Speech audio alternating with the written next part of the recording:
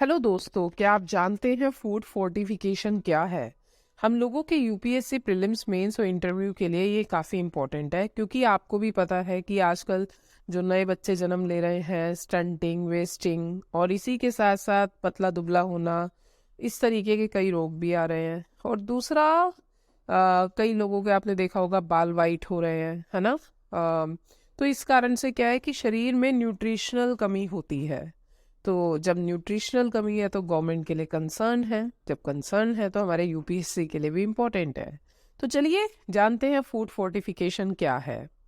Food fortification चावल, दूध, नमक, आटा आदि जो खाद्य पदार्थ है उसमें लौह, iron, zinc, vitamin A, D जैसे प्रमुख खनिज पदार्थों विटामिन जोड़ने या वृद्धि करने की प्रक्रिया है, जिससे कि इन खाद्यों के पोषण के स्तर में वृद्धि हो सके। मतलब एक तरह से जो भी आप रेगुलर बेसिस पे खा रहे हैं उसका न्यूट्रिशनल वैल्यू को बढ़ाना। तो प्रोसेस से पहले, प्रसंस्करण प्रक्रिया से पहले खाद्य पदार्थों में ये पोषक तत्व भी मौजूद हो सकते हैं, और कई खाद्य पदार्थ में नहीं भी मौजूद होते हैं तो भी सप्लीमेंट न्यूट्रिशंस लोगों को मिल जाए।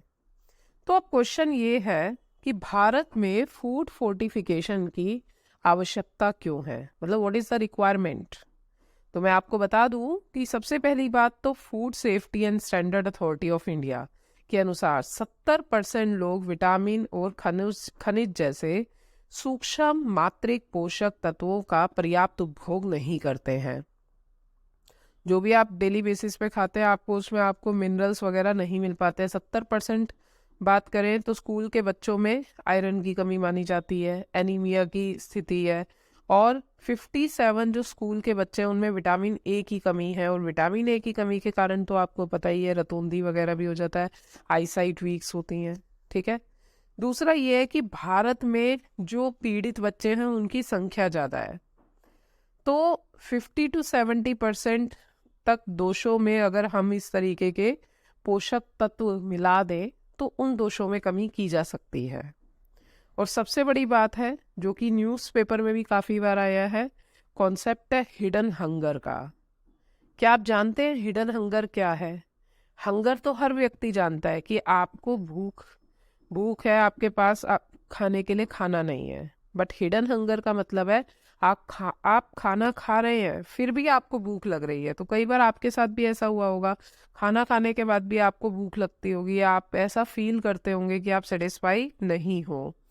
तो सूक्ष्म मात्रिक पोषक तत्वों की कमी के कारण भारत में बड़ी आबादी में छिपी हुई भूख के कारण गंभीर स्वास्थ्य जोखिम पाया गया है। जो लोग गरीब और वंचित हैं उनकी सुरक्षित एवं पौष्टिक भोजन तक पर्याप्त पहुंच नहीं है, व अन्य लोगों के भोजन में भी पर्याप्त विविधता ना होने व अथवा खाद्य पदार्थों के प्रसंस्करण के दौरान पोषक तत्वों में नष्ट हो जाने के पोषक आवश्यकताओं की पूर्ति नहीं हो पाती है। चलिए अब आगे जानते हैं कि फूड फोर्टिफिकेशन के लाभ क्या हैं, मतलब क्या बेनिफिट्स हैं। सबसे पहली बात तो इस प्रक्रिया में आपको न्यूट्रिशनल वैल्यूज मिलेंगी जो आप डेली बेसिस पे खाते हैं, आटा, चावल, नमक, दूध इत्यादि, जो कि एक बड़े हिस्से तक लोगों तक पहुंच जाता है। दूसरा, यह लोगों में स्वास्थ्य सुधार का सुरक्षित और जोखिम मुक्त तरीका है, इससे एक निर्धारित मानक को बनते हैं। तीसरा, यह लोगों के खान पान की आदतों व व्यवहार में किसी प्रकार के बदलाव की अपेक्षा नहीं करता है। चौथा, आप ये भी कह सकते हैं कि एक कंसेंसस हुआ था जिसे बोला जाता है कोपेनहेगन कंसेंसस। उसमें फूड फोर्टिफिकेशन पर यह कहा गया कि यदि 1 रुपया खर्च कर दिया जाता है तो अर्थव्यवस्था में 9 रुपए का लाभ होता है, क्योंकि स्वास्थ्य पे आपको खर्चा नहीं करना पड़ेगा।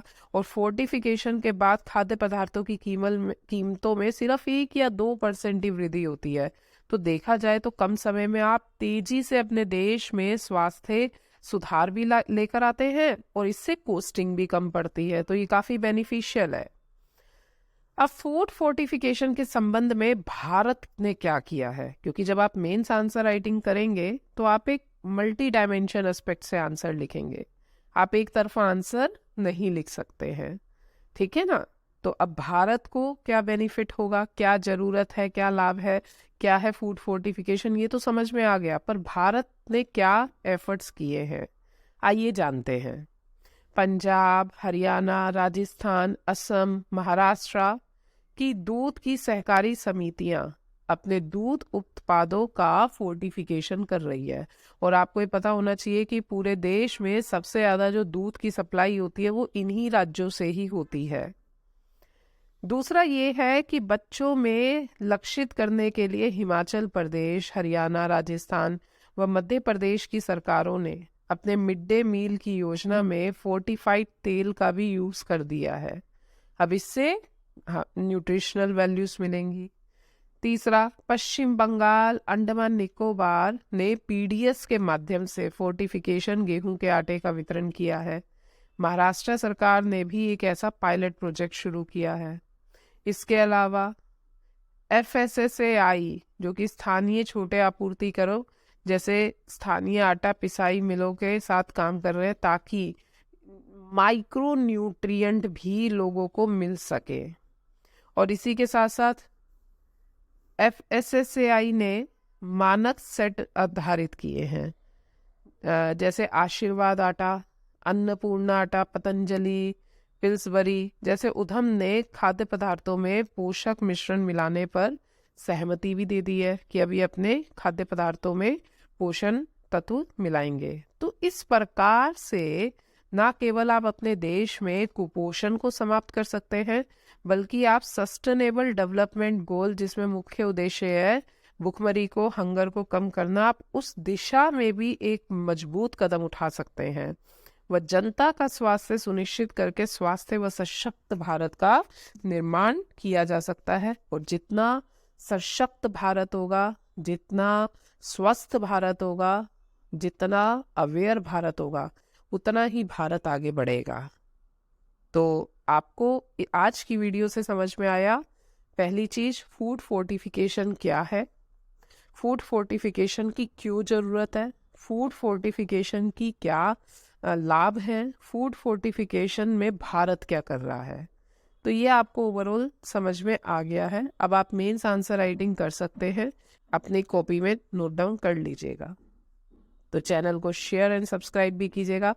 Thank you so much.